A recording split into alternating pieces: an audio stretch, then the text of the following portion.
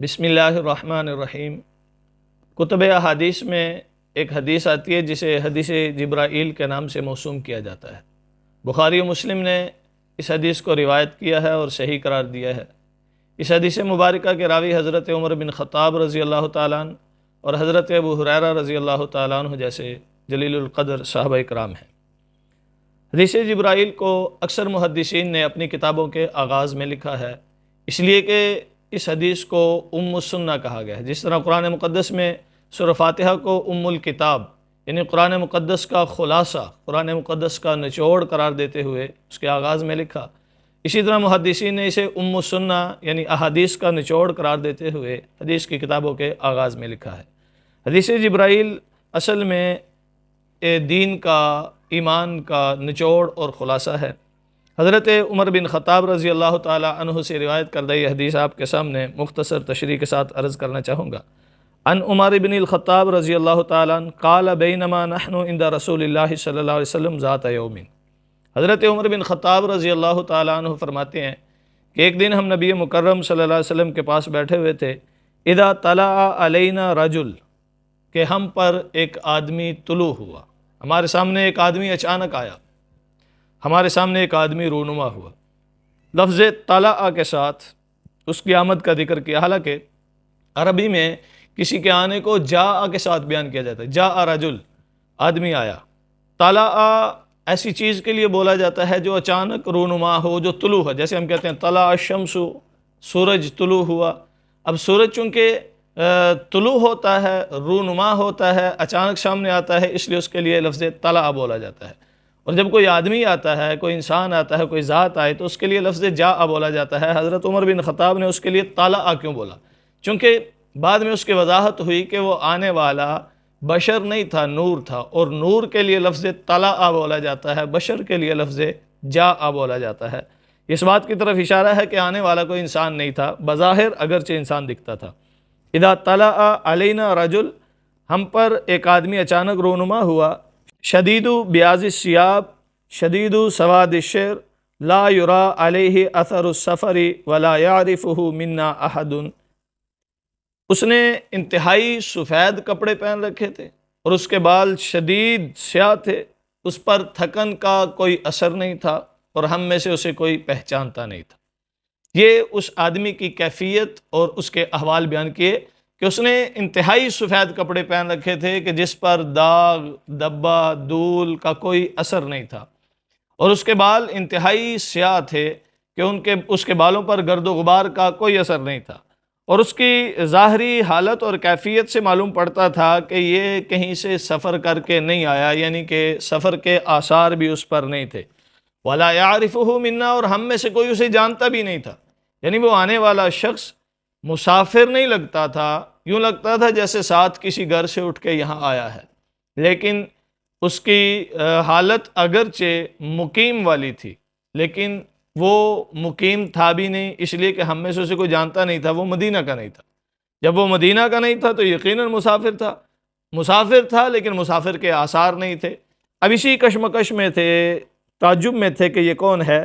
حتیٰ جالس الی النبی صلی اللہ علیہ وسلم فاسند رکبتیہ الی رکبتیہ ووضع کفیہ علی فخذیہ، وہ نبی مکرم صلی اللہ علیہ وسلم کے پاس جا بیٹھا اس حالت میں کہ اس نے اپنے گھٹنے نبی علیہ السلام کے گھٹنوں کے ساتھ ملا لیے، یعنی دوزانوں ہو کر حضور علیہ السلام بیٹھے ہوئے تھے، وہ آنے والا بھی حضور علیہ السلام کی طرح آپ کے سامنے دوزانوں ہو کر بیٹھا، اور اس نے اپنے گھٹنے آپ علیہ السلام کے گھٹنوں سے ملا لیے، اور پھر ووضع کفیہ علی فخذیہ، اس نے اپنی رانوں پر اپنے ہاتھ رکھے۔ اس کے دو ترجمے ہو سکتے ہیں، اس نے اپنی رانوں پر اپنے ہاتھ رکھے، اس نے نبی مکرم صلی اللہ علیہ وسلم کی ران پر اپنے ہاتھ رکھے۔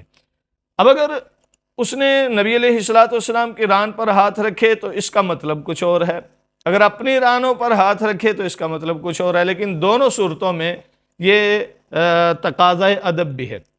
آتے ہوئے حضور علیہ السلام کے سامنے بیٹھتے ہوئے اس نے انتہائی ادب کو ملحوظ رکھا کہ دوزانوں ہو کر بیٹھا۔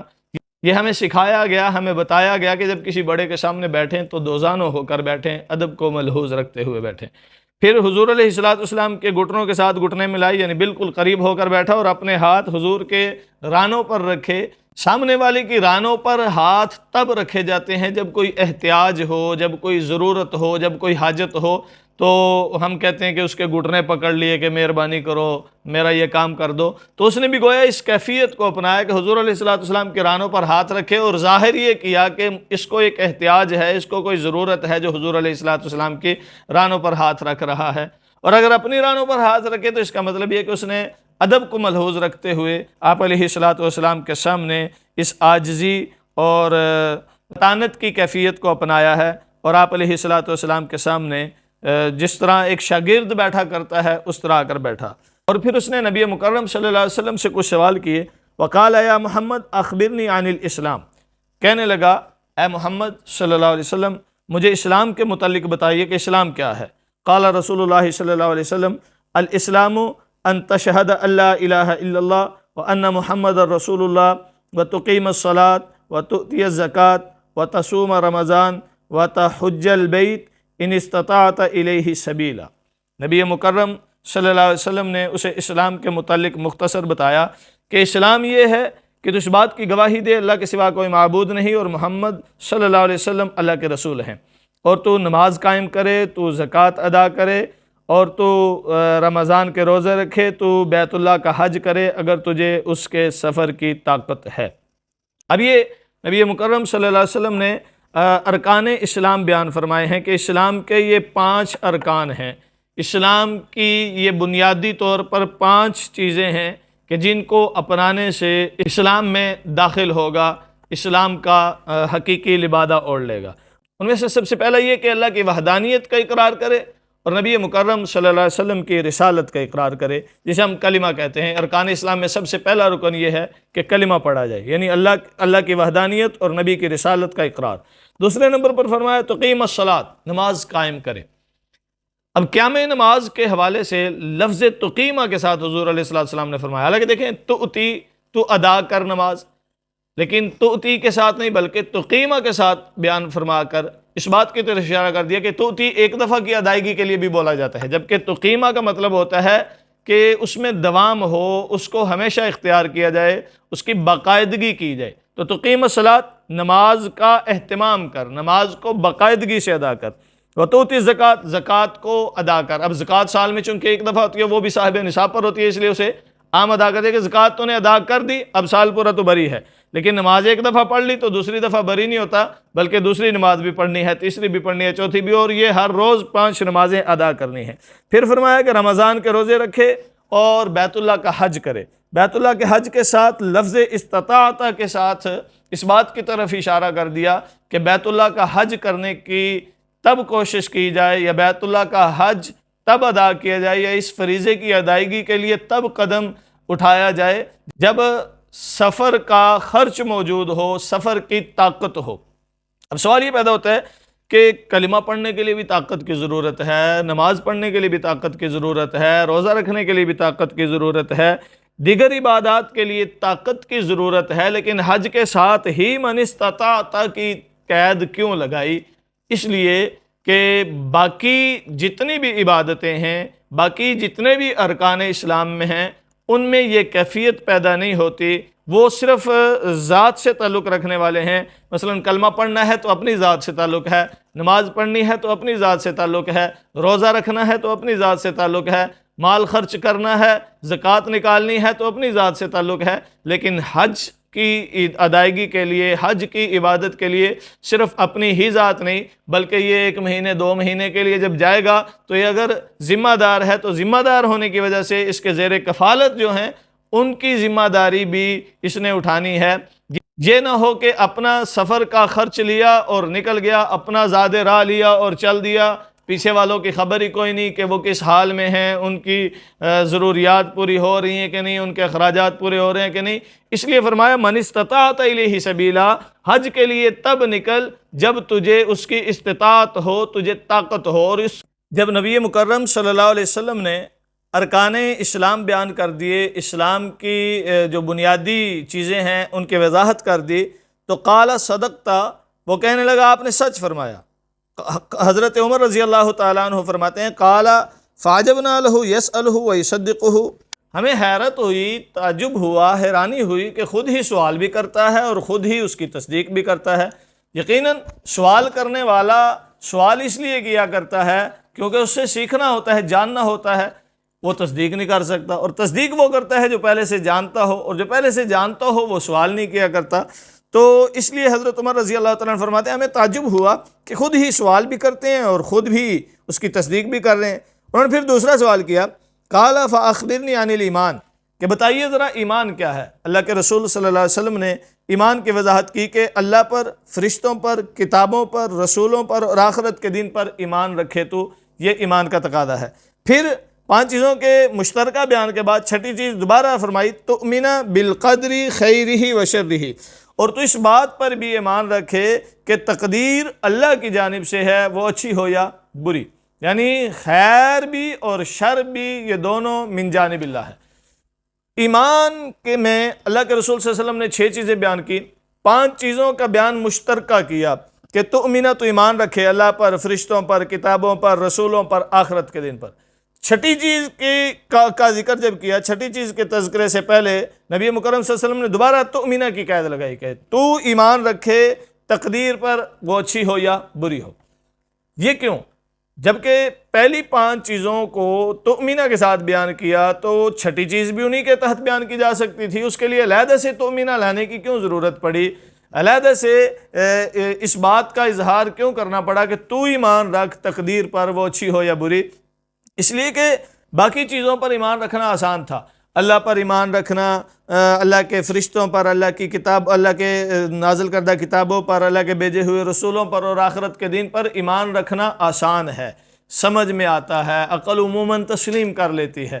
جبکہ تقدیر کا مسئلہ تھوڑا پیچیدہ ہے اور عام طور پر یہ عقل میں آسانی سے بیٹھتا نہیں ہے۔ اس لیے اللہ تعالیٰ نے پہلی 5 چیزوں کا ذکر، اس لیے نبی مکرم صلی اللہ علیہ وسلم نے پہلی 5 چیزوں کا ذکر تؤمن کے ساتھ کر دیا، اور چھٹی چیز کا ذکر دوبارہ تؤمن کے ساتھ کر کے اس بات کی طرف اشارہ کیا کہ تقدیر کا مسئلہ آسان ہو یا مشکل، سمجھ میں آئے یا نہ آئے، پیچیدہ ہو یا سہل ہو، بہر صورت اس پر ایمان رکھنا یہ ایمان کا تقاضا ہے۔ یہ ہے جزیات ایمان۔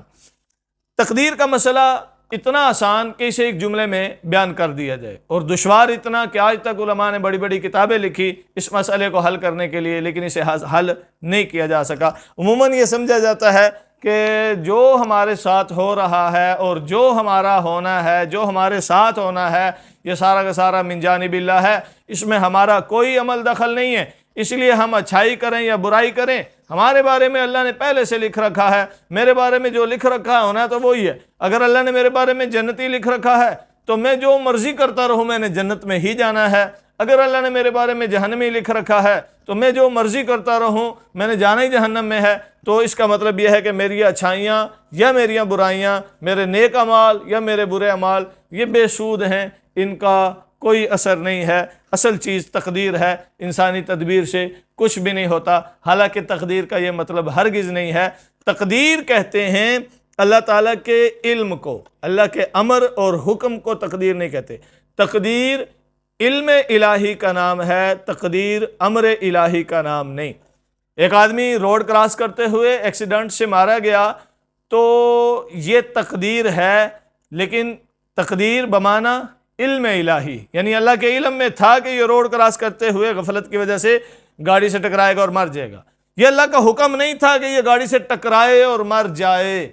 ایک آدمی نے دوسرے آدمی کو قتل کر دیا، اب قاتل کہتے ہیں اس میں میرا کیا قصور ہے جی، یہ تو تقدیر میں لکھا تھا۔ یہ قصور ہے اس لیے کہ تو نے مارا ہے، تقدیر میں لکھا تھا اللہ نے اپنے علم کی بنیاد پر کہ یہ اس کو مارے گا، لیکن اختیار یہ تیرا تھا، عمل یہ تیرا تھا۔ اللہ تعالیٰ نے تجھے با اختیار بنایا ہے، انسان با اختیار ہے اپنے اعمال میں، اپنے کردار میں، اپنے کاموں میں۔ انسان اپنی تدبیر میں اپنی مرضی کے مطابق چلتا ہے۔ ہاں تقدیر ہے کہ اس کی تدبیر کو پہلے سے جانتی ہے اور اس جاننے کی بنیاد پر وہ پہلے سے لکھ کر رکھتی ہے۔ تو اللہ تعالیٰ کا علم ہی اصل میں تقدیر الہی ہے، اللہ تعالیٰ کا امر نہیں ہوتا تقدیر میں۔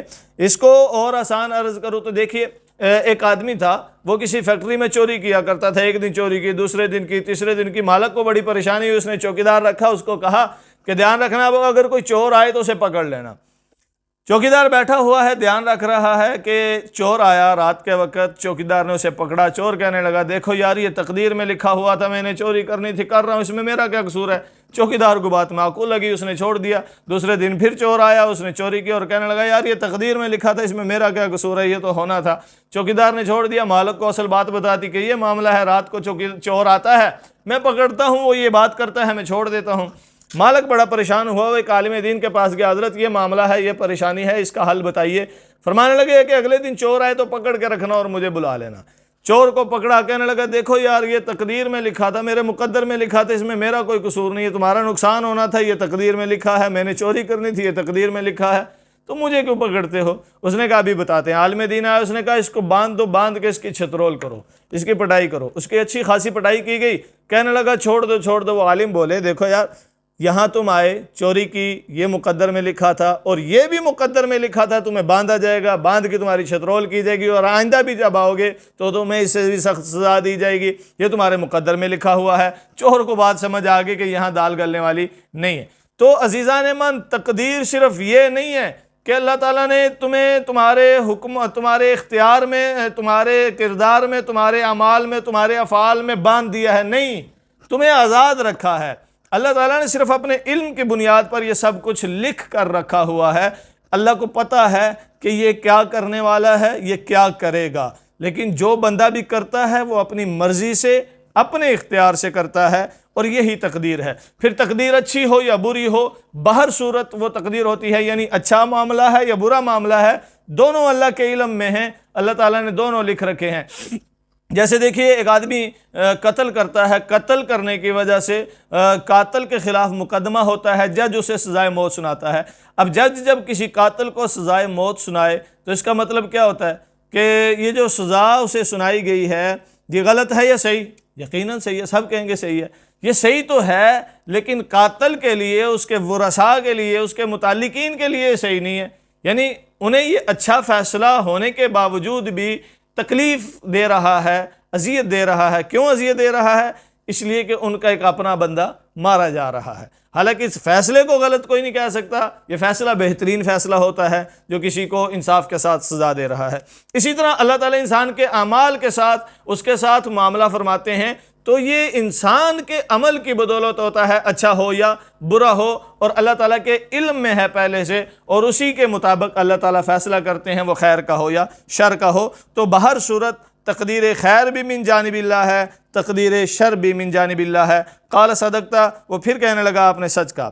پھر کہنے لگا اخبرنی عن الاحسان، مجھے بتائیے کہ احسان کیا ہے۔ اللہ کے رسول صلی اللہ علیہ وسلم نے فرمایا ان تعبد اللہ کأنک تراہ فإن لم تکن تراہ فإنہ یراک، تو اللہ کی عبادت اس کیفیت میں کرے، اس حالت میں کرے، اس مقام پر فائز ہو کر کرے، گویا کہ تو اللہ کو دیکھ رہا ہے۔ اگر تو یہ کیفیت پیدا نہیں کر سکتا تو پھر یہ کیفیت ضرور رکھ کہ اللہ تجھے دیکھ رہا ہے۔ یہ انتہائی نیکی ہے، کمال نیکی ہے کہ اللہ کے حضور عبادت کرتے ہوئے، نیکی کرتے ہوئے، اچھائی کرتے ہوئے یہ کیفیت پیدا کر لو کہ تم اللہ کو دیکھ رہے ہو۔ اگر یہ کیفیت پیدا نہیں ہوتی تو پھر کم از کم یہ کیفیت ضرور رکھو کہ اللہ تمہیں دیکھ رہا ہے۔ اب جو پہلا مرتبہ ہے احسان کا، وہ عموماً انبیاء کا خاصہ ہے۔ انبیاء علیہم الصلوات و تسلیمات اس کیفیت پر فائز ہوتے ہیں کہ وہ اللہ کی عبادت کرتے ہوئے ایسے ہی ہوتے ہیں جیسے وہ اللہ کو دیکھ رہے ہیں، اللہ ان کے سامنے ہے۔ اور امتیوں کے لیے دوسرا مقام ہے احسان کا، دوسرا مرتبہ ہے کہ یہ اللہ کی عبادت کرتے ہوئے اس مقام پر فائز ہو جائیں کہ اللہ ان کو دیکھ رہا ہے۔ جب یہ مقام حاصل ہو جائے تو یہ مقام ان کو کمال نیکی عطا کرتا ہے کہ نیکی میں ریا نہیں رہتی، نیکی میں دکھاوا نہیں رہتا، نیکی میں واوا نہیں رہتی، نیکی میں شہرت نہیں رہتی، نیکی میں اغراض نہیں رہتی، نیکی میں لالچ نہیں رہتی، وہ صرف اللہ کے لیے ہو جاتی ہے۔ اس لیے کہ جب یہ امید ہوتی ہے کہ اللہ مجھے دیکھ رہا ہے تو پھر یہ ساری دنیاوی اغراض پیچھے رہ جاتی ہیں۔ اسی طرح برائی کی طرف قدم اٹھتے ہوئے بھی یہ خوف طاری رہتا ہے کہ اللہ مجھے دیکھ رہا ہے، تو خود بخود قدم ہٹا لیتا ہے، پیچھے کر لیتا ہے۔ تو یہ کیفیت اخلاقیات کی بلندی پر فائز کرتی ہے۔ تو اس نے اگلا سوال کیا کہ اچھا مجھے قیامت کی نشانیوں کے متعلق بتائیے کہ قیامت کی نشانیاں کیا ہیں۔ اللہ کے رسول صلی اللہ علیہ وسلم نے فرمایا ان تلد الامۃ ربتها وان ترى الحفاة العراة العالة رعاء الشاء يتطاولون في البنيان قال ثم انطلق فلبثت مليا۔ اللہ کے رسول صلی اللہ علیہ وسلم نے قیامت کی 2 نشانیاں یہاں بیان فرمائی ہیں۔ اس کے علاوہ دیگر احادیث میں متعدد نشانیاں بیان کی گئی ہیں۔ ایک بیان فرمائی کہ تو دیکھے گا عورت اپنی مالکن کو جنم دے گی، یعنی ماں جس لڑکی کو جنم دے گی وہ لڑکی اس کی مالکن بن جائے گی اور ماں کو باندی، غلام اور نوکرانی بنا لے گی۔ ماں کا مقام اور رتبہ اتنا گر جائے گا کہ ماں کے سامنے ماں کے پیٹ سے جنم لینے والی اس کی بیٹی اس پر حکمرانی کرے گی، گویا کہ معاشرہ اخلاقی تنزلی کا شکار ہو جائے گا۔ اور دوسرے نمبر پر فرمایا کہ تو دیکھے گا کہ وہ آدمی جس کے پیروں میں جوتا نہیں ہے، جس کے جسم پر لباس نہیں ہے، بکریاں چرانے والا بڑے بڑے محلات بنا کر بیٹھا ہوگا، یعنی جس کی ظاہری حالت، ظاہری کیفیت، ظاہری حلیہ مفلسوں جیسا ہوگا، غریبوں جیسا ہوگا، مانگنے والوں جیسا ہوگا، وہ حقیقت میں اس کا بیک گراؤنڈ بڑا مضبوط ہوگا، بڑے بڑے محلات اور کوٹھیوں کا مالک ہوگا، اس کا بڑا بڑا بینک بیلنس ہوگا۔ شاید یہ بات کچھ عرصہ پہلے سمجھ میں نہ آتی ہوگی، لیکن آج ہم دیکھتے ہیں کہ ہمارے سامنے ہاتھ پھیلانے والے ہم سے زیادہ مالی اعتبار سے کشادہ حال ہوتے ہیں اور بہتر زندگی گزار رہے ہوتے ہیں۔ بظاہر ان کا حلیہ ایسا ہوتا ہے جیسے ان کے پاس کچھ بھی نہیں ہے، لیکن حقیقت میں ان کا بڑا بینک بیلنس ہوتا ہے۔ ہمارے یہاں چند سال پہلے یہاں مریدکے سے آگے لاہور کے قریب ایک بھکاری روڈ پر بیٹھا ہوتا تھا، بڑے سے سر والا۔ جب وہ مرا اس کے بارے میں اخبار میں خبر لگی تو حیرت ہوئی کہ اس کا بینک بیلنس کروڑوں میں ہے اور اس کی 2-3 کوٹھیاں ہیں۔ تو یہ وہ ہے جو روڈ پر پورا دن بیٹھ کر بھیک مانگتا ہے، لیکن بیک گراؤنڈ اس کا بہت زیادہ مضبوط ہے۔ تو جب یہ کیفیت پیدا ہو جائے کہ ظاہر مفلس دکھنے والے حقیقت میں امیر اور مالدار ہوں تو سمجھ لینا قیامت قریب ہے۔ پھر اللہ کے رسول صلی اللہ علیہ وسلم نے حضرت عمر رضی اللہ تعالیٰ عنہ کو فرمایا، جب وہ آدمی سوال کرنے والا چلا گیا، ثم قال لی یا عمر اتدری من السائل، اے عمر کیا تم جانتے ہو یہ سائل کون تھا؟ حضرت عمر رضی اللہ تعالیٰ عنہ نے اللہ کے رسول صلی اللہ علیہ وسلم سے عرض کیا، قلت اللہ ورسولہ اعلم، اللہ اور اس کے رسول بہتر جانتے ہیں۔